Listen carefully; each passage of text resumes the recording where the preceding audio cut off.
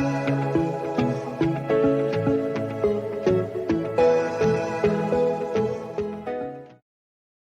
I'm Dr. Madhura Kadam. I'm senior therapist at Physiocure Clinic, Mumbai. And we have Dr. Amit Shivas with us. He is the founder and director of Physiocure Clinic, Mumbai. So आज हम यहाँ पे इसलिए मिले हैं ताकि हम कोविड-19 को और अच्छे से फाइट कर पाए।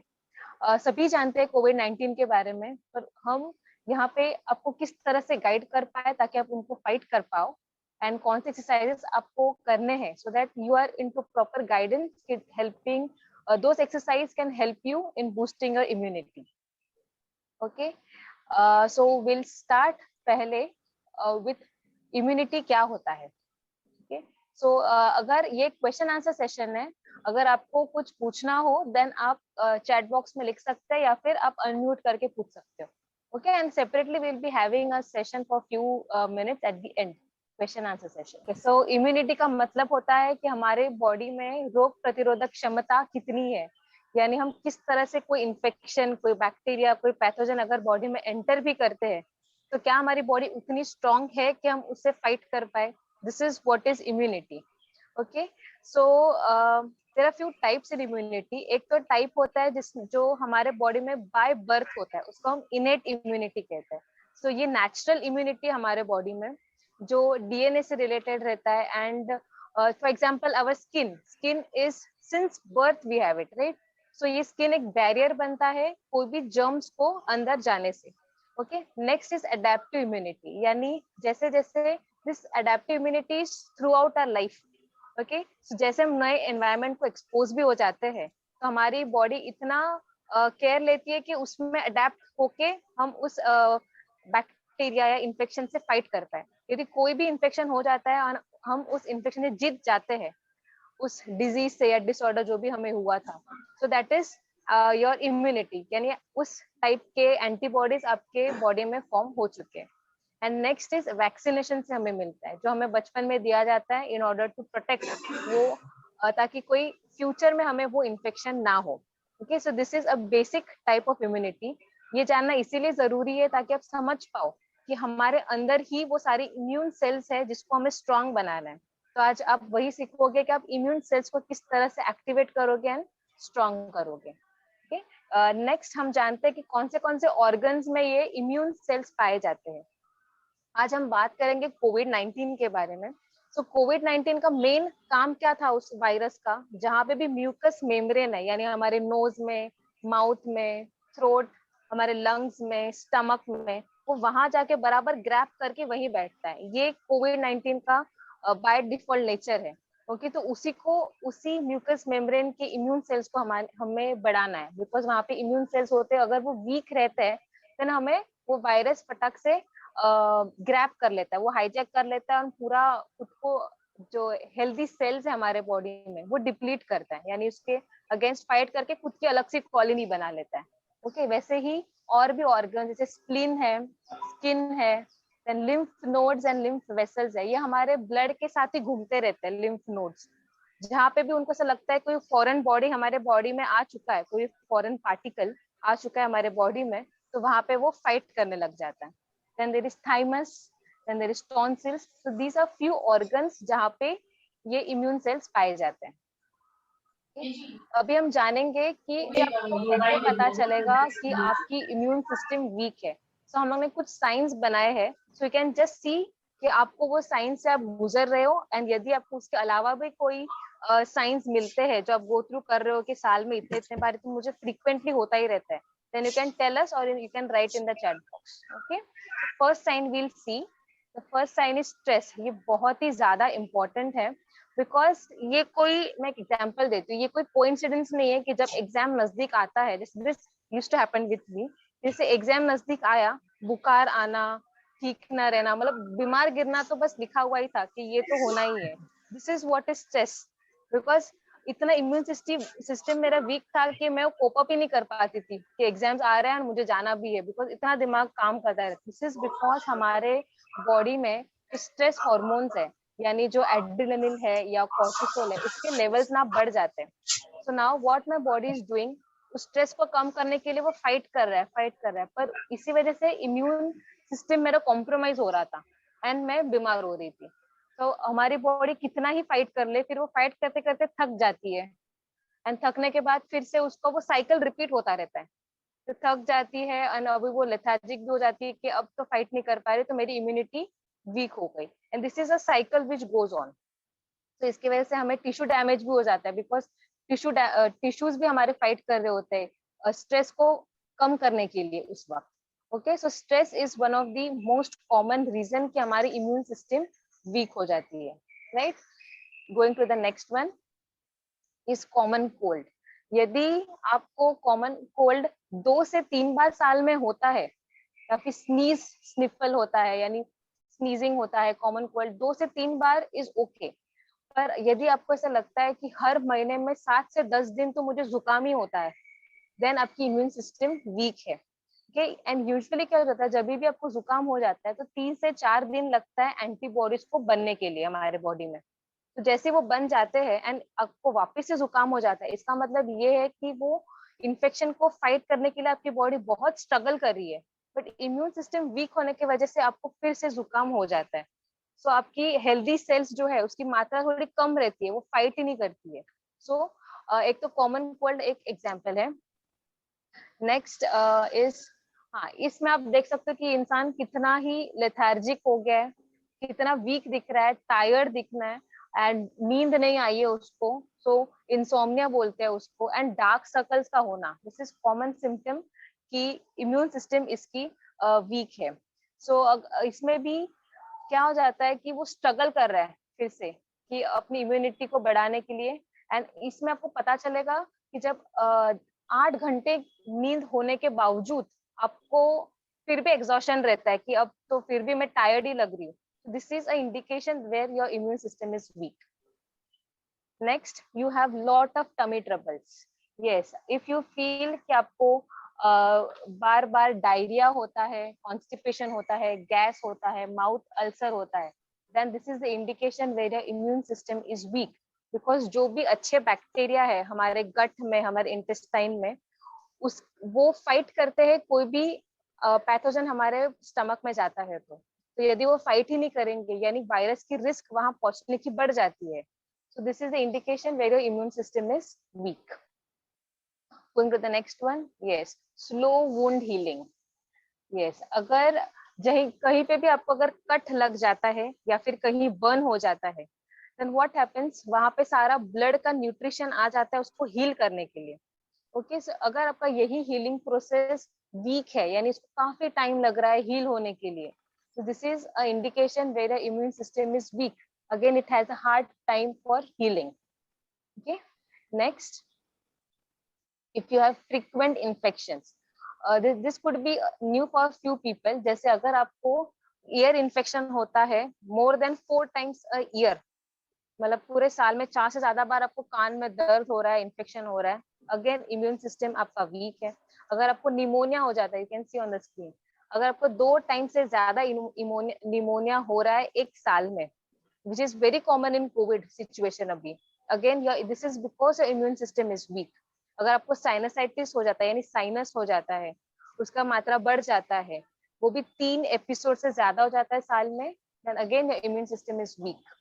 And also there is one indication कि जहाँ पे आपको एंटीबायोटिक्स गोलियों की जरूरत भी पड़ जाती है, 2-2, 3-3 कोर्स कर लेते हो, इतना फ्रीक्वेंटली आप डॉक्टर के पास जा रहे हो, this means your immune system is weak. So rather than going for कुछ external, you can boost your own body में जो इम्यून सेल्स है। सो आज हम वही सीखेंगे कि उसको कैसे बूस्ट करना है।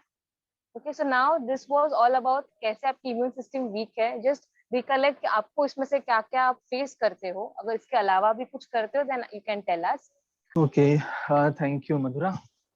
The signs are, first we saw was about the stress, second was about the common cold, third was that you're feeling very tired all the time, fourth is the tummy troubles that we are having, fifth was wound healing, जबकि wound healing बहुत slow हो जाता है, and the last one was about the frequent infections जो आपको होते रहते हैं. Okay, these are the few of the signs of weak immune system. Welcome everyone. So ये थी इम्यूनिटी और उसके क्या साइंस होते हैं वीकनेस के। तो ये हमें क्यों जानना जरूरी है, जिससे हम उसको जान सके कि कब हमें वो तकलीफ हो रही है और उसका हम करेक्ट कर सकें। Now let's talk about corona, ना hot topic, COVID-19, everywhere covid covid covid. So are you stressed? सुन के कोविड स्ट्रेस में तो नहीं आ गए, है ना? तो स्ट्रेस में नहीं आना है। स्ट्रेस में नहीं आने के लिए आपको थोड़ा अवेयरनेस रहना चाहिए। प्रिवेंशन करने के लिए उसके बारे में थोड़ा जानना जरूरी है, कोविड के बारे में। और इतना स्ट्रेस नहीं लेना है। ज्यादातर लोगों को तकलीफ नहीं होती है। So let's talk about it. So corona के क्या सिम्टम होते हैं सब लोग जानते हैं। जैसे इतना रिवाइज हो गया है हमारा, मीडिया में इतना कोरोना कोरोना चल रहा है। तो what are the main symptoms? Dry cough and fatigue, you will get tiredness and fever. ये तीन मेन सिम्टम है। एंड जो अनकॉमन सिम्टम है उसमें क्या आएगा? थ्रोट थ्रोट, बॉडी में एक्स एंड पेन्स होगा, शरीर में कुछ पैचेस हो सकते हैं। तो ये सारे जो है, loss of appetite, loss of taste and smell हो सकता है, ये अनकॉमन सिम्टम में आता है। तो ये सिम्टम आपको थोड़ा ध्यान रखना है कि यदि आपको कॉमन सिम्टम आ रहा है, बहुत दिन से फीवर है, कंटिन्यूसली ड्राई कफ है, तो you have to take care, you have to go for testing and everything. But इतना स्ट्रेस में मत आइए। कभी कभी स्ट्रेस ज्यादा प्रॉब्लम कर देगा आपको जितना कोरोना नहीं करेगा। Now we should also understand what the risk factor of corona. Risk factors में क्या आते हैं? मतलब वो सारी चीजें जिनको ज्यादा ध्यान रखने की जरूरत है। तो सबसे पहला रिस्क फैक्टर है एज। जो जिनके ज्यादा एज हैं वो उनसे लड़ नहीं पाते, वो सीवियर स्टेज और क्रिटिकल स्टेज तक पहुंच रहे हैं। तो एज इज अ फैक्टर। तो आपको अपना ध्यान देना है। ठीक है, अभी सेकेंड स्ट्रेन आया है, उसमें यंगस्टर्स लोगों को भी हो रहा है, but youngsters are fighting better. But age का जिनको, यदि जो ओल्ड एज है, उनको थोड़ा ध्यान रखने की जरूरत है। दूसरा है अंडरलाइंग डिजीजेस। यदि किनको ऑलरेडी ऑब्स्ट्रक्टिव पल्मोनरी डिसऑर्डर्स हैं, मतलब लंग्स की प्रॉब्लम्स हैं या रेस्ट्रिक्टिव प्रॉब्लम्स हैं, लाइक सीओपीडी, अस्थमा, ब्रोंकाइटिस और न्यूमोनिया जैसी चीजें हैं, या कार्डियक प्रॉब्लम्स हैं या डायबिटीज है, these people are more prone to corona. So उनको थोड़ा ध्यान रखने की जरूरत है। अपने अंडरलाइंग प्रॉब्लम्स को पहले ठीक करने की जरूरत, राइट? ये बात तो हुई रिस्क फैक्टर्स की। अभी ये कोरोना वायरस कैसे हमारे लंग को अफेक्ट करता है, ये जानना भी थोड़ा सा इंटरेस्टिंग है। छोटा सा वायरस है एंड क्या क्या कैसे कैसे हमें अफेक्ट करता है लंग्स में। तो सबसे पहले हमारे म्यूकस मेम्ब्रेन में वो चिपक जाता है थ्रू आवर हैंड। एंड हमारे जो सांस लेते हैं ड्रॉपलेट के थ्रू, छोटे छोटे ड्रॉपलेट होते हैं, एरोजोल्स जिसे कहते हैं, उसमें वो आता रहता है और वो हमें इन्फेक्ट करता है। सो सबसे पहले वो जाएगा थ्रू म्यूकस मेम्ब्रेन हमारे लंग्स में। तो वो वैसे तीन तरह से अफेक्ट करता है हमें, या तो बहुत सीवियर, या तो क्रिटिकल कंडीशन होगा, या तो माइल्ड टू मॉडरेट। ज्यादातर 80% केस में माइल्ड टू मॉडरेट सिम्टम ही आते हैं। सो आप लोगों को बहुत ज्यादा घबराने की जरूरत नहीं है। You have still chance to recover. The only thing कि आपकी बॉडी कितनी इम्यून है उसको लड़ने के लिए। 80% होता है माइल्ड टू मॉडरेट केस, जिसमें कि थोड़ा बहुत आपको खांसी या हल्का सा ब्रेथलेसनेस हो सकता है, और हो सकता है कि कई लोगों को कुछ भी महसूस ना हो, असिम्टोमेटिक हो। और 14% जो सिवियर केसेस हैं, जिनको ज्यादा ब्रेथलेसनेस होता है एंड म्यूकस सिक्रेशन होता है and they can be hospitalised. So ये होते हैं severe cases. Mucus is nothing but जो लिक्विड जमा हो जाता है, वो हमारे जो पूरे लंग सिस्टम में सिक्रेट होता है। तो कभी कभी वही कारण बन जाता है ब्रेथलेसनेस का, कि वो भर जाता है हमारे एयरवेज में। That's why it's called obstructive diseases, like chronic obstructive pulmonary diseases. तो उसी के कारण ही आपका ऑब्स्ट्रक्शन हो रहा है। You are not getting enough air for your lungs. का जो स्टेज है वो क्रिटिकल स्टेज होता है, जो ओनली 5% केसेस में पाया जाता है। मतलब जो 100 लोगों को बीमार हुए, उसमें 80 लोग तो अपने आप ठीक होते हैं, और जो 14 लोग हैं वो थोड़े से क्रिटिकल होते हैं, जिसमें म्यूकस बहुत सीक्रेट होता है। They may be hospitalised and for few days. And critical people who जो क्रिटिकल होते हैं वो 5% होते हैं, जिनको कभी कभी 3 तरह की प्रॉब्लम हो सकती है, जिसमें पहला आता है निमोनिया, जो हमारे लंग्स का टिश्यू का ऐसा इन्फ्लेम होके उसका पूरा चौक हो जाना, वो पूरा डेड हो जाता है कुछ पार्ट उसका। एंड दूसरा है एक्यूट रेस्पिरेटरी डिस्ट्रेस सिंड्रोम, इसमें ब्रीदिंग में डिफिकल्टी होती है acutely and you can not breathe, तो उनको वेंटिलेटर की जरूरत पड़ती है, ऑक्सीजन थेरेपी की जरूरत पड़ती है। And third is septic infection, मतलब लंग से बाहर निकल के through blood it can go to your kidney, your heart और लिवर में कहीं भी पहुंच के दूसरे ऑर्गन्स को अफेक्ट करे और उससे डेथ हो सकता है पेशेंट का। ये 3 तरीके हैं, pneumonia, acute respiratory distress syndrome and sepsis, ये 3 कारण से लोग मर रहे हैं जो। सो ये ओनली 5% से भी कम केसेस में है। मैं ये क्यों बोल रहा हूँ, परसेंटेज ध्यान रखने की जरूरत है, क्योंकि आपको परेशान होने की जरूरत नहीं है, क्योंकि स्ट्रेस से ज्यादा आप बीमार हो जाओगे, नहीं तो परेशान रहेंगे सुन के। सो that you have enough that data is in your support, that you can take care of your immunity and अपने शरीर का आप ध्यान रखेंगे तो आप बच सकते हैं, राइट। सो पहले हम कैसे समझे कि हमको तकलीफ है या नहीं है और हमें डॉक्टर के पास जाना चाहिए कि नहीं जाना चाहिए, जैसे मैंने बताया। तो पहले जो हमने बात की कि सिम्टम्स है, उसके जो मेन सिम्टम उसको समझिए कि आपको ड्राई कफ है, फीवर है एंड टायर्डनेस है, you are getting tired in anything, जल्दी थक जा रहे हैं पहले से, तो आप दिखाइए, टेस्ट कराइए। तो आपका यदि ऑक्सीजन सेचुरेशन जो है 95% से कम है, you can keep on oximeter, यदि आपके कोई रिलेटिव्स हैं, एजेड हैं, उनके लिए भी आप रख सकते हैं, तो ऑक्सीमीटर रख के आप उसे टेस्ट कर सकते हैं, बहुत इजीली उसमें समझ में आ जाता है।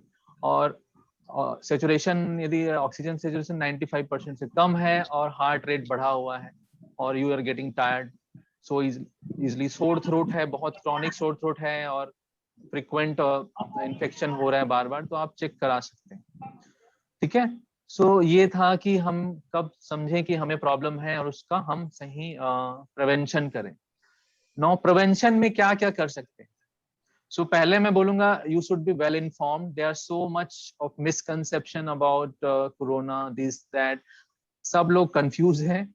सो इट्स सिंपल है, जो है वो है, अभी तक उसका कोई इलाज जब तक नहीं निकलेगा 100%, तब तक वो कंफ्यूजन रहेगा, तो that is normal in anything which is new, उसमें थोड़ा बहुत कंफ्यूजन रहता है, so don't worry, okay.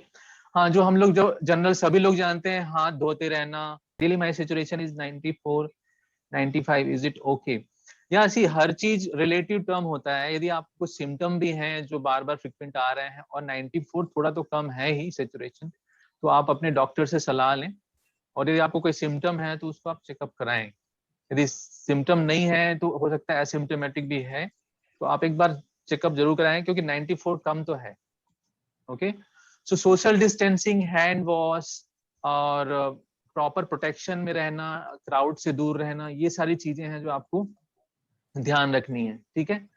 And एक चीज है कि रेस्पिरेटरी एटिकेट, ये वर्ड याद रखिए, we have to follow respiratory etiquette, a discipline, like it's a discipline, ये कोई वो नहीं है कि नहीं मेरा हक है कि मेरे को फ्रीडम चाहिए and I want to roam around everywhere and everything, so that won't help you guys and our society also. So we have to follow the etiquette, that is social distancing and maintain the hygiene. वो सबसे ज्यादा important है to kind of gain the prevention. prevention के लिए सबसे बड़ा important चीज यही है। और आज यहाँ पे गैदर हुए हैं to talk about exercise, how exercise helps in boosting your immunity. So exercise को पहले आप समझिए कि एक्सरसाइज है क्या, ये किस तरह से हमारे लंग्स में इम्यूनिटी बढ़ाने में हेल्प करता है। लंग्स अकेला नहीं है, पूरी बॉडी में एक्सरसाइज इम्यूनिटी बढ़ाता है। तो जब आप एक्सरसाइज करते हैं मसल कॉन्ट्रैक्ट होता है, राइट, और जब कॉन्ट्रैक्ट होता है तो हमारे जो ब्लड वेसल्स में खून का जो बहाव होता है और ये पूरे शरीर में फैलता है। उसके साथ हमारे जो WBCs हैं, जो किलर सेल्स हैं, टी सेल्स हैं, जिसे हम हमारे इम्यून सेल्स कहते हैं, जो इम्यूनिटी को बढ़ाते हैं और हमारे जो वायरस बैक्टीरिया को अटैक करते हैं, वो स्प्रेड होते हैं all over through blood. So when you are exercising, actually your kind of ये जो आपके इम्यून सेल को आप ट्रांसपोर्ट कर रहे हैं. And people who want to exercise, maybe their immune cells are like just idly sitting somewhere, relatively.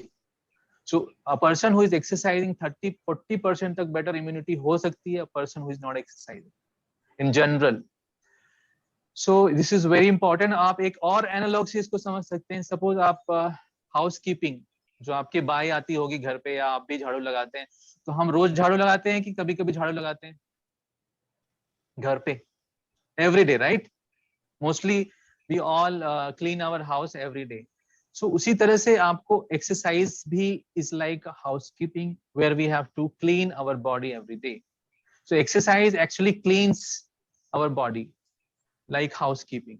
So उस तरह से आपका exercise को मान के चलना चाहिए कि मैं रोज झाड़ू लगा रही हूँ, अपने exercise एक routine बनाना चाहिए. Now we'll talk about how तो हमने बात कर ली. What type of exercise helps? अच्छा, इसमें ये नहीं कि मैं कुछ भी करूंगी तो मेरा इम्यूनिटी बढ़ेगा, नहीं. कई सारे एक्सरसाइज गलत तरीके से करने से और नियम का पालन नहीं करने से आपकी इम्यूनिटी कम भी हो सकती है, आपको इंजरी हो सकती है. सो एक्सरसाइज को बहुत जनरली लेते हैं लोग अक्सर. And we physiotherapist, we our profession is based on exercise. So we give exercise as prescription like drug for some conditions, and same way exercise can also be used for immunity boosting. So what kind of exercise? Now research says that aerobic exercise helps. Now what kind of aerobic exercise? Aerobic exercise which is moderate intensity, which gradually आप धीरे धीरे बढ़ाएं. जब भी आप, कुछ लोग exercise जल्दी से शुरू कर दें, अभी कोरोना आया, चलो चलो ब्रीदिंग एक्सरसाइज करो, भस्त्रिका करो, ये करो, वो करो, फड़बड़ फड़बड़, तो वैसे कुछ फायदा नहीं होने वाला. हो सकता है आपको उल्टा बॉडी और टायर्ड हो जाए. टायर्ड बॉडी का इम्यूनिटी कम होता है, और उसी समय हो सकता है you catch the infection. So you have to gradually increase. If you are new in exercising, you can start with 10 minutes of walking. If you're not going home, just walk around inside your home, or maybe you can do marching or jogging on the spot, and then gradually you can increase. So it's not like कि अभी मुझे exercise से ही immunity को बढ़ाना है, ऐसा नहीं है. You have to have good food, balanced diet, better sleep, and rest also, right? So I talked about aerobic exercise. Gradually you have to start with maybe 5 to 10 minutes of marching on the spot, and then धीरे धीरे आप उसको बढ़ाएं. Gym तो अभी बंद है. यदि आपके घर में जिम है तो आप घर पे जिम कर सकते हैं. यदि आपका स्विमिंग पूल है तो पानी में वायरस का ट्रांसमिशन बहुत कम पाया गया है, तो that will actually help you. And then strength training. Strength training क्या है? Body weight training. जैसे आप कुछ वेट उठा रहे हैं, डंबल हो सकते हैं आपके घर पे, या आपकी बॉडी का ही वेट आप स्क्वाट कर सकते हैं, आप डिप्स मार सकते हैं, प्लैंक कर सकते हैं. सो ग्रेजुअली थोड़ा थोड़ा आप ये सब करिए, body weight exercise for your muscles, right? So that जिससे मसल आपकी कॉन्ट्रैक्ट होंगी और blood circulation will improve in your body, and that will actually help in the transmission of those immune cells, which is very important for your body, right? Now पहले हमने बात की aerobic exercise, दूसरा हमने body weight training और strength training की बात की. उसका स्ट्रेंथ ट्रेनिंग का भी जो इंटेंसिटी है मॉडरेट होना चाहिए. तो मॉडरेट के लिए एक VO2 max होता है. दिस इज लिटिल टेक्निकल, और maybe you can use talk test. जैसे मान लीजिए आप ट्रेडमिल है आपके यहाँ पे, आप खुद ही मार्चिंग करके भाग रहे हैं, तो इतना इंटेंसिटी तक पहुंचे कि आपको थोड़ा बात करने में दिक्कत हो. उतना इंटेंसिटी तो पहुंचना चाहिए. मे बी पहले दिन नहीं, कुछ दिन धीरे धीरे gradually you can enhance the intensity.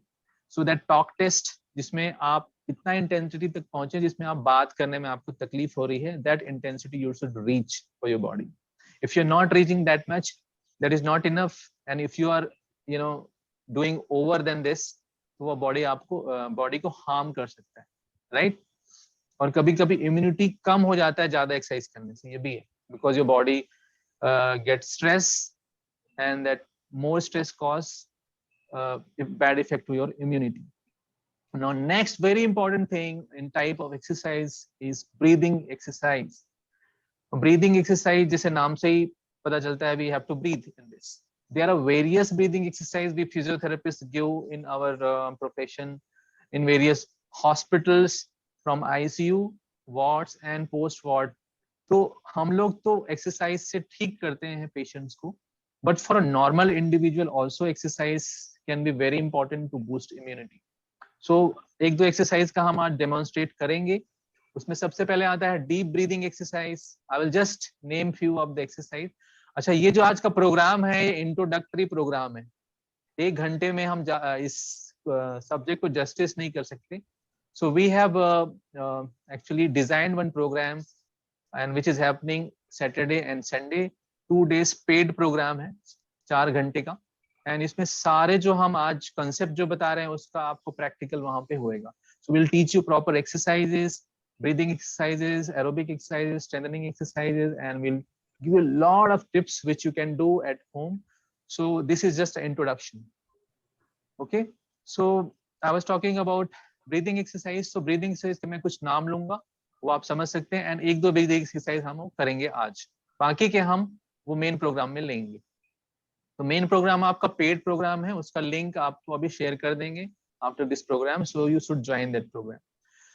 So deep breathing exercise, pursed sleep breathing exercise, diaphragmatic breathing exercise जिसे हम belly breathing भी कहते हैं, and segmental breathing जहाँ पे अलग अलग conditions में ये breathing exercise को use किया जा सकता है। इसके डिटेल हम next session में आपको देंगे। and sometime secretions जो हमने कहा mucus form हो जाता है lungs में, तो उससे आप सांस नहीं ले पाते। कभी कभी जो एस्थमेटिक पेशेंट होते हैं, COPD एंड ब्रोंकाइटिस, जो भी लंग्स के दूसरे प्रॉब्लम से रिलेटेड है, उनके लिए भी एक अलग हम ब्रीदिंग एक्सरसाइज करते हैं, उसके बारे में भी हम नेक्स्ट सेशन में बात करेंगे। दूसरा है ब्रीदिंग एक्सरसाइज से रिलेटेड प्राणायाम। जैसे हमारा yoga is very effective in dealing with health issues, and जहां तक ब्रीदिंग एक्सरसाइज का सवाल आता है, प्राणायाम are very effective.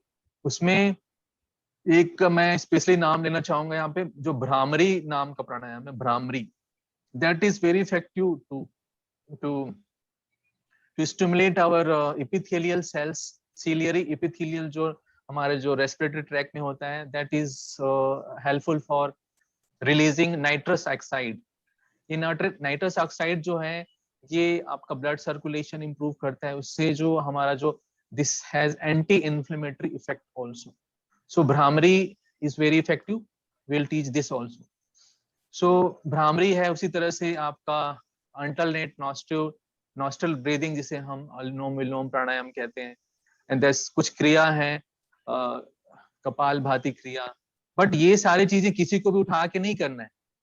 Now corona patient या पोस्ट कोविड पेशेंट का अलग अलग स्टेज होता है, सारे एक्सरसाइज सबको नहीं करना है। You have to take expert advice, specially people who are suffering in severe and critical cases, and even people who have recovered from corona, post corona also, they should follow those exercise with experts advice. वो लगता है हमें फायदा कर रहा है, but long run में वो आपको नुकसान कर सकता है। इसके बारे में हम जस्ट एजुकेट कर रहे हैं, this is awareness session. Okay, तो हमने पहले बात की aerobic exercise, strengthening exercises, breathing exercises and pranayama, and next is very important is positioning and posture, right. ये बहुत इंपॉर्टेंट है कि किस तरह से आप बैठते हैं काम करते समय, आप सोते समय, या कोई भी काम करते समय किस तरह से आप अपना पोस्चर रखते हैं। तो posture and the way you keep your position of your body is very important for your chest health also. अभी मैं आपको एग्जांपल देता हूँ। जैसे यदि आप ऐसे करके ब्रीथ करोगे तो अच्छा लगता है कि ऐसे करके, यदि आप बहुत थके हुए हो और आप टायर्ड फील कर रहे हो, तो क्या होता है नेचुरल टेंडेंसी, आप ऐसे जाते हो कि आप लेट जाते हो, पहले डायरेक्टली लेट जाते हो, क्या करते हो?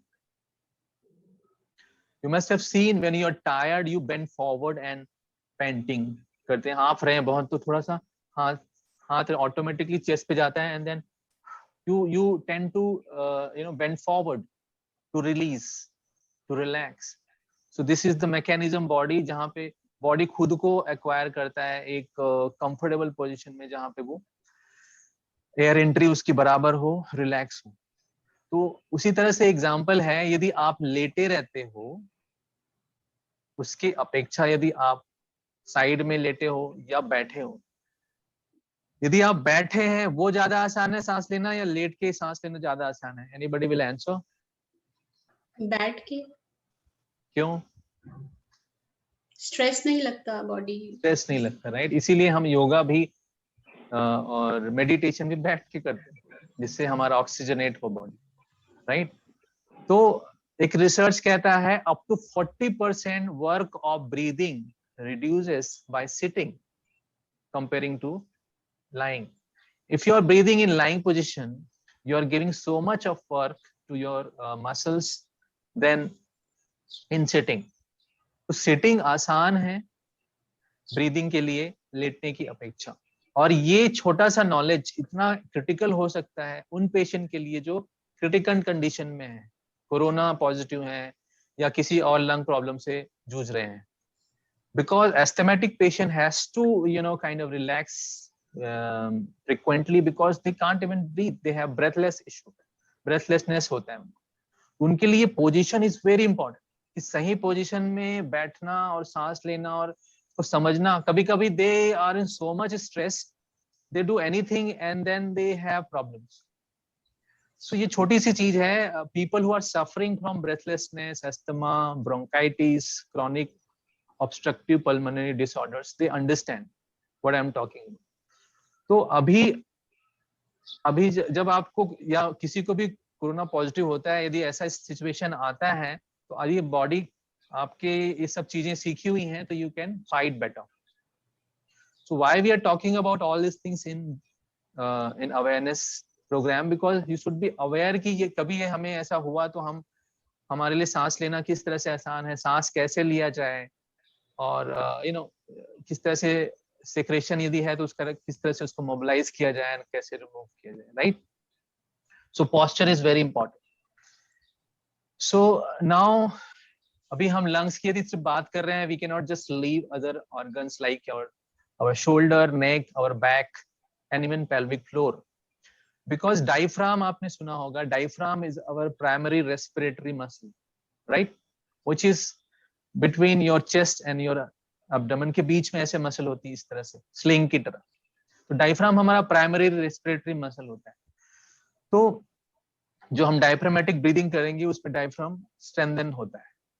तो यदि आपका ब्रीदिंग पैटर्न ठीक नहीं है, यदि आप या चेस्ट में डिफॉर्मिटी, चेस्ट वॉल में कुछ टाइटनेस है, बैक में टाइटनेस है, नेक में टाइटनेस है, शोल्डर राउंड है, नेक में आपको पेन है, तो कहीं ना कहीं आपका chest health भी बिगड़ रहा है. So I am saying directly or indirectly, if you have neck pain, back pain, shoulder pain, or pelvic floor weakness, you have chance of lack of immunity for your chest. So you should learn to how to reduce your pain and your stiffness. तो flexibility रहेगी तो आप chest तो क्या है, एक rubber का, it's like a balloon. So balloon को क्या चाहिए? स्पेस चाहिए, फ्लेक्सिबिलिटी चाहिए. If you're tight, your chest wall is very tight, so your breathing will be affected, right? So उस तरह से यदि आपका बलून बीच में है और आपका जो आपका चेस्ट वॉल सामने है, बैक पीछे है, पेल्विक फ्लोर नीचे है, एंड देन साइड में रिब्स हैं, शोल्डर है, तो सब के बीचों बीच आपका वो बलून है, that is called your lung. So balloon को स्पेस चाहिए. एकदम सब जकड़े रहेगा तो वो बेचारा वो लंग तो रिस्ट्रिक्ट हो जाएगा ना, ऑब्स्ट्रक्शन हो जाएगा, उसमें रिस्ट्रिक्शन होगा. So that's why we have obstructive diseases and restrictive diseases.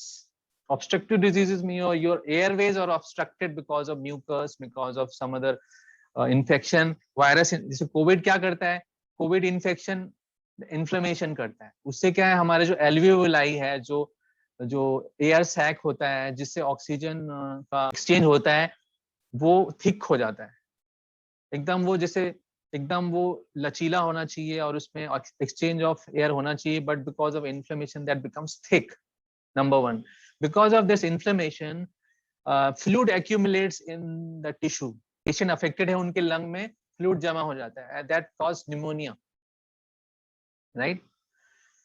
सो ये जो inflammation and then pneumonia and then acute respiratory distress syndrome and then sepsis, सब इंटर रिलेटेड है. एक पूरा ये साइकिल की तरह होता है. तो कोरोना वायरस जस्ट इसको ट्रिगर करता है इन्फ्लेमेशन। सो दैट्स वाई आपकी बॉडी का लचीलापन, फ्लेक्सिबिलिटी, स्ट्रेंथ होना बहुत जरूरी है।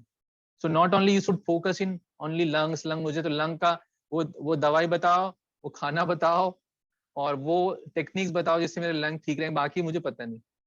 तो ऐसा नहीं है, body work in a holistic way. तो सबको आपको ध्यान देना, you have to have balance diet and healthy exercise करना भी जरूरी है, बैलेंस एक्सरसाइज, राइट। सो ये थी पोस्चर की बात and related with other organs से भी उसका कनेक्शन रहता है। नाउ नेक्स्ट एक चीज और है रिलैक्सेशन। जैसे मधुरा ने अभी बताया, पहला साइन है stress. If you have lack of immunity, you will be stressed. So, you know, when you are in stress, you release, body release some stress hormones, like what she said. So stress hormones क्या करता है, physiological change करता है body में, उससे हमारे body भी वैसी act करने लगती है, जिससे हमारा breathing बढ़ जाएगा, हमारा blood pressure बढ़ सकता है। यदि आप continue chronic stress में हैं तो you will have a hypertension. So ये stress बहुत important है to manage. Stress can cause lack of immunity. So stress को कैसे मैनेज करें, हमारे जो मेन प्रोग्राम है इसमें हमें आपको रिलैक्सेशन टेक्निक सिखाते हैं, like gradual muscular relaxation technique. इस तरह से आप मसल को 1 by 1 रिलैक्स कर सकते हैं बॉडी में। You can do yoga nidra if you do yoga and pranayama. Yoga nidra is very effective. Meditation definitely you can do, but हाँ, जो एकदम से नया है मेडिटेशन में ग्रेजुअली जा सकते हैं, धीरे धीरे they should practice, and I am making a video for people who are beginner in meditation, so they can watch that. मैंने बात की क्या क्या चीजें थी, पहले हमने क्या होता, aerobic exercise, strength exercise, body weight exercise, and then breathing exercise, pranayama, correct posture and positioning you should be aware of, किस तरह से हम सांस लें, कैसे अपने बॉडी को रखें, and relation in terms of other body areas जहाँ पे प्रॉब्लम हो सकती है, and relaxation technique, and you should reduce your stress. ये सारी चीजें करेंगे तो आपको इम्यूनिटी, मतलब कोरोना छुएगा ही नहीं, छुएगा तो वो भाग जाएगा, आप कोरोना से आराम से लड़ सकते हैं, राइट। उससे डरने की बात नहीं। एक टेस्ट करेंगे जिसे हम BOLT कहते हैं, BOLT test, body oxygen level test, जिसमें आप अपने खुद से जान सकते हैं कि मेरे ऑक्सीजन लेवल कितना है मेरे बॉडी में, और मेरा जो ब्रेथलेसनेस का टेस्ट है ये, कि मुझे ब्रेथलेसनेस जल्दी आ रहा है कि नॉर्मल हूं मैं। तो हम एक टेस्ट सिखा रहे हैं, उसको ध्यान से आप करेंगे। So let's learn it. So अभी जस्ट रिलैक्स होके बैठ जाएं। इसमें आपको क्या करना है, नाक से सांस लेना है और छोड़ना है, ओके। आराम से पहले बैठ जाएं, shoulder relax, spine straight, your feet should be touching the floor. आराम से बैठ जाएं। पहले आपको नाक से सांस लेना है कम से कम 6-7 बार आराम से, कोई बिना टेंशन, ओके। आंख बंद करके मेडिटेशन नहीं करना है, relax, this is not a meditation. So keep your eyes open and just breathe in and breathe out through your mouth, nose at least 6-7 times. This is first step. आप करें, फिर मैं बताता हूँ नेक्स्ट स्टेप क्या करना है, जैसे मैं भी आपके साथ करता हूँ। जो आपका नॉर्मल है, बहुत लंबा गहरा सांस लेने की जरूरत नहीं, नॉर्मल जैसा आप लेते हैं, ओके। उसके बाद क्या करना है, 6-7 सांस लेने के बाद आप सांस लेंगे और छोड़ेंगे। लास्ट जब आप छोड़ते हैं, उसके बाद आपको नाक को ऐसे बंद कर लेना है ना, अपने उंगली से, और नाक को बंद करने के बाद you have to see the watch. आप वॉच घड़ी में देख सकते हैं या मन में गिन सकते हैं सेकंड, घड़ी नहीं दिख रहा है आपको तो, या घड़ी को देखें और आपको सेकंड काउंट करना है। जस्ट लर्न, फिर करेंगे, रुको पहले लर्न कर लो। सेकंड काउंट करना है कि कितने सेकंड आप होल्ड कर सकते हैं अपने सांस को। वो hold maximum breath hold time test नहीं है, ये ध्यान रखना। आपको बहुत ज्यादा समय तक होल्ड नहीं करना है, ये नेचुरल अर्ज जो फील होता है वो है। मीन्स यू शुड, जैसे आपने सांस रोका तो आपको नेचुरली अर्ज होना चाहिए, ओके मुझे अर्ज हो रहा है, मतलब may be you will feel little constricted कि मुझे सांस लेना है, दम थोड़ा सा लग रहा है, तो आप छोड़ देना, ठीक है?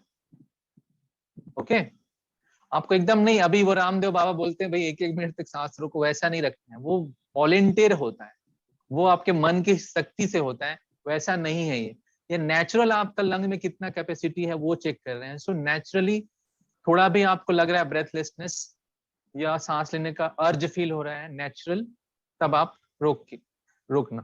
तो आपको जब आपने नाक बंद किया था और जब आपको अर्ज शुरू हुआ उसके बीच कितना सेकेंड स्पेंड हुआ है वो काउंट करके बताना। Okay so starts now. Okay पहले नॉर्मल सांस लीजिए 5 बार, 5-6 बार नाक से। Even I will do.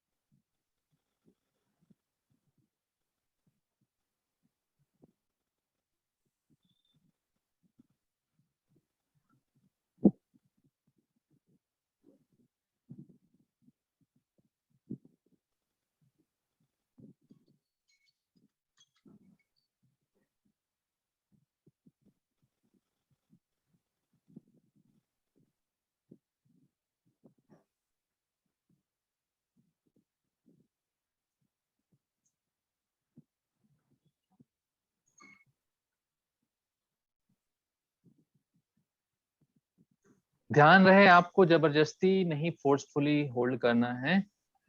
यदि आपको नाक को छोड़ने के बाद थोड़ा सा सांस भर रहा है तो उसमें से 1-2 सेकेंड हम माइनस कर देंगे, डोंट वरी। थोड़ा बहुत पकड़ भी लिया आपने, होल्ड भी कर लिया, so no problem, we will minus 1 or 2 second from that reading.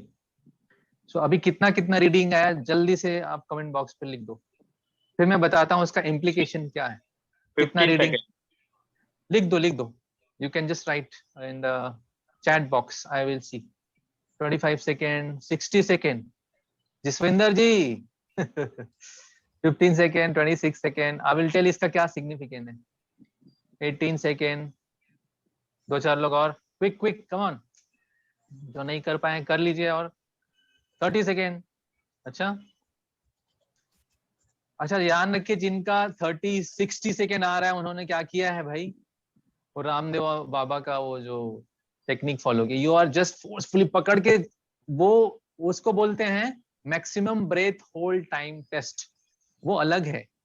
इसमें आपको नेचुरल जितना अर्ज लग रहा है उतना, उंगली हटाने के बाद आपको एकदम ब्रेथलेस ना आए। तो इसमें क्या होता है 20 सेकेंड एवरेज टाइम होता है, मॉडरेट, मतलब आप 20 है तो मॉडरेट हेल्दी है, 25 है तो वेरी गुड। एथलीट लोगों का 40 तक जाता है, एथलीट्स जो होते हैं उनका लंग्स अच्छा होता है, जो बहुत एरोबिक एक्सरसाइज करते हैं, तो मैक्सिमम 40 होता है। आज कोरोना के दौर में हम लोग को 40 तो टारगेट करना ही पड़ेगा। और जिनका 10 से कम है भैया, वो तो समझ लो कि उनको बहुत ध्यान रखने की जरूरत है। आया कई लोगों को 10 रहता है, बट बीमार नहीं है वो, आई एम नॉट सेइंग बीमार, बट उनका जो ब्रेथलेसनेस बहुत जल्दी आ जा रहा है, maybe they are shallow breather और maybe some issue with their lung, की फ्लेक्सिबिलिटी नहीं होगी, एक्सरसाइज करते ही नहीं, अवेयरनेस नहीं। तो 10 या उससे कम है। Small question, sorry to interrupt you. हाँ बोलिए। जी जैसे हम प्राणायाम लेते हैं, नोज को ऐसा प्रेस नहीं करते हैं ना, तो होल्ड कर सकते हैं 30 to 40 सेकंड, बट नोज को प्रेस कर दिया ना तो 15 to 20 सेकंड का एवरेज आता है। तो हाँ तो ठीक है, 15 से 20 तक चलेगा, but there because we are in corona time we have to boost our immunity, so we should target of 25 and plus। हाँ, तो ये जो पैरामीटर है, नाक बंद करके करना है या नाक बंद करके ही करना है, मुंह बंद, नाक बंद, सब बंद। तो हमारे चेस्ट का वो टेस्ट था कि भाई हम बिना सांस के नॉर्मली कितना टाइम तक ब्रेथ को होल्ड कर सकते हैं बिना ब्रेथलेसनेस के। जैसे ही ब्रेथलेसनेस आ रहा है, घुट रहा है, तो बंद कर दो। तो ये एटलीस्ट 20 होना चाहिए इस दौर में, तो एटलीस्ट 20 होना चाहिए। यदि 10 है या उससे कम है, 20 से 18 से कम है, तो आपको इसी टेस्ट को बार बार करने से ही, ब्रीदिंग एक्सरसाइज करने से ये इम्प्रूव होगा। और हमारे जो मेन प्रोग्राम को ज्वाइन करने से इम्प्रूव होगा. We will give you more tips to how to improve your BOLT test. खासकर sports person use this BOLT test to know their breathlessness level, and उस पे वो काम करते हैं फिर. ठीक है. सो इसको आप करते रहिए, बीच बीच में कर सकते हैं. बार बार टेस्ट करने से भी आपका इम्प्रूवमेंट आता है. एंड जो हम नेक्स्ट एक्सरसाइज बताने वाले हैं उससे भी आपका इम्प्रूवमेंट आएगा. सो मधुरा will help us to demonstrate the exercise which I'm gonna show you next, which helps to improve our bold test. जिनका 44, 60 उन्होंने सब लोगों ने फोर्सफुली किया है ना, तो नेक्स्ट बाद में घर में फिर से कर लेना. क्या था ये टेस्ट कि भैया आपको नॉर्मल, पहले हमने नॉर्मल सांस लिया, नाक बंद किया, और हमको जब थोड़ा सा भी दम घुटने जैसा हो रहा है बंद कर, जबरदस्ती एकदम ठूस के नहीं करना. ओके. तो डू डीप ब्रीदिंग एक्सरसाइज. इसके लिए आप सीधे बैठ जाएं, keeping your back erect, shoulder relax, पैर जमीन पे रहें, आंखें खुली रहेंगी. जो मेडिटेशन करते हैं बार बार आंखें बंद कर लेते हैं, तो ऐसी कोई बात नहीं है. आपको आंख खुली रखना है, देखना है, समझना है और इसको करना है. आज हम मेडिटेशन स्किप करेंगे, otherwise I do every time meditation, but आज भी स्किप होगा बिकॉज ये बहुत इंपॉर्टेंट सब्जेक्ट है. सो डीप ब्रीदिंग एक्सरसाइज में क्या करना है, आपको सांस लेना है इस तरह से बैठ के. पहले तो नॉर्मल सांस लेना है 1-2 बार, उसके बाद एक गहरा सांस लेना है जितना ले सके, एंड होल्ड फॉर 2 सेकेंड और 3 second, and then breathe out. Simple है, कुछ नहीं करना है. Prolong breath in, hold for 2 or 3 second and breathe out. It's so simple. जितना भी किया बहुत है.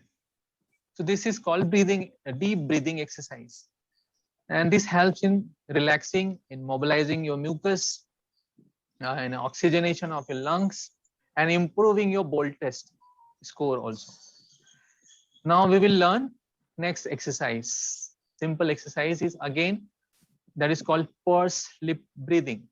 इसमें क्या एक्सपिरेशन या सांस छोड़ते समय हमारे जो लिप्स को पर्स की तरह बनाना है या पकड़ करना है, या जैसे हम कुछ फूकते हैं इस तरह से करना है, सीटी बजाते हैं उस तरह से करना है. राइट.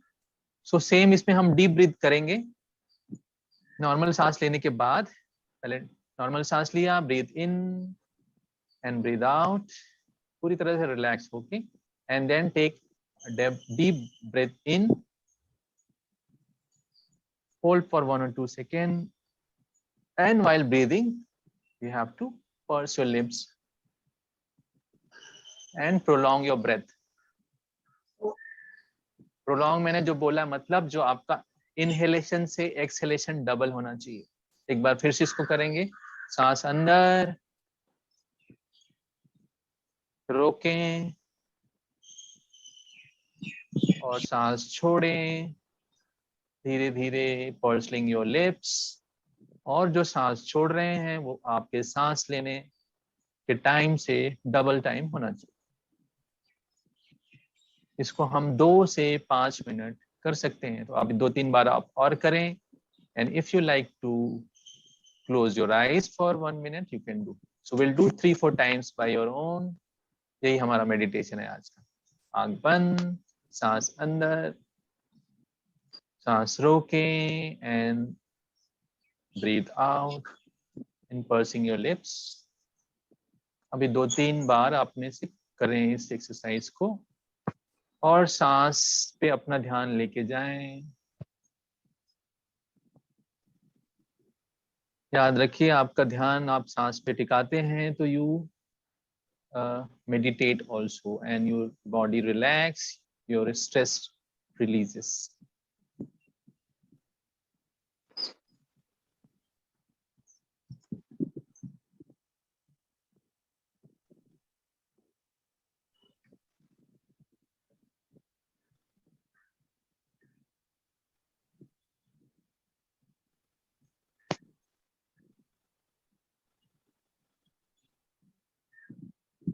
अभी धीरे से सांस छोड़ते हुए आंखें खोल सकते हैं.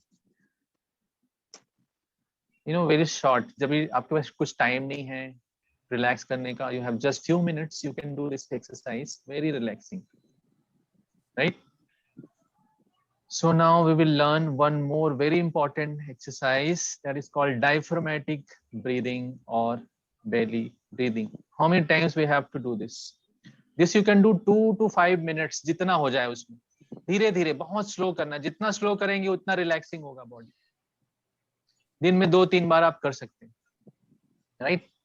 Now we'll learn to strengthen our diaphragm muscle, which is primary respiratory muscle. इसको strengthen करने के लिए हम एक exercise सीखेंगे, that is called belly breathing. तो आप इस तरह से बैठ जाएं रिलैक्स, एक हाथ आपके चेस्ट के ऊपर रखा और दूसरा हाथ जो आपका रिब केज है उसके नीचे, जहां टमी के ऊपर रखा, एक हाथ पेट के ऊपर, दूसरा हाथ चेस्ट के ऊपर, इस तरह से। अभी इसमें जो हमने जो अभी ब्रीदिंग सीखी है, डीप ब्रीदिंग और पर्सली ब्रीदिंग, उसको यूज करना है, ओके? तो पहले आप इसको इंस्ट्रक्शन को समझ लीजिए, उसके बाद करेंगे। तो इसी पोजीशन में आपको जब सांस लेंगे तो आपका जो पेट के ऊपर हाथ है वो ऊपर फूलता है, ऊपर आता है, इट्स लाइक बलून की तरह। तो आपके हाथ भी ऊपर आएगा, उस पर अपना ध्यान ले जाएं। और चेस्ट मूव नहीं होएगा या कम से कम मूव होगा, यदि होता है तो उसकी प्रैक्टिस करना है कि वो मूव ना हो। और जब आप ब्रीथ आउट करते हैं तो पेट अंदर जाता है, सिकुड़ता है, लाइक बलून सिकुड़ रहा है, and your hand will go downward, and आप हाथ को भी डाउन उसके साथ लेके जाएंगे। एट इस समय भी आपका चेस्ट मूव नहीं होगा, so you have to try to not to move your hand which is on your chest, but you can move your hand which is on the tummy, right? So do it. Breathe in, आपने फुलाया पेट को, hold, and while pursing your lips you are breathing out. While breathing out you are taking your tummy in, not moving your chest.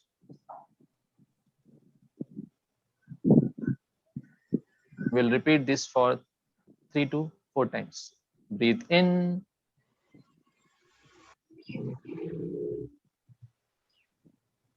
hold for 2 seconds, and then breathe out.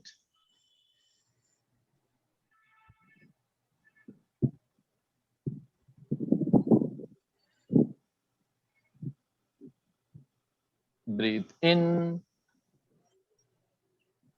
इसमें भी आपको breathe out time double होना चाहिए breathe in से।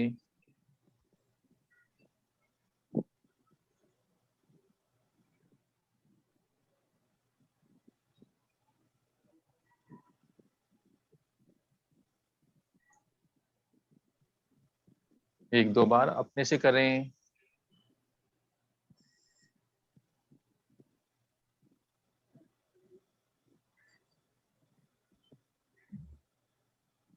And once you have totally breathe out and gently relax, धीरे से relax हो जाएं। तो इसमें जो आपका डायफ्राम मसल है वो कॉन्ट्रैक्ट होता है, and that you strengthen your diaphragm, and that helps in your chest health and boost your immunity. So ये सारी चीजें हैं आपको ध्यान रखनी है। There are lots many things which we missed. अभी हम इतना ही कर सकते हैं। जैसे मैंने बताया हमारा मेन प्रोग्राम है, उसके investment for you because we have done enough research for COVID patients, non-COVID patients, or patients who have recovered also can join us. And this is going to be very effective session. तो आप सभी उसमें sign up कर सकते हैं। Link आपका share करते हैं अभी, और राइट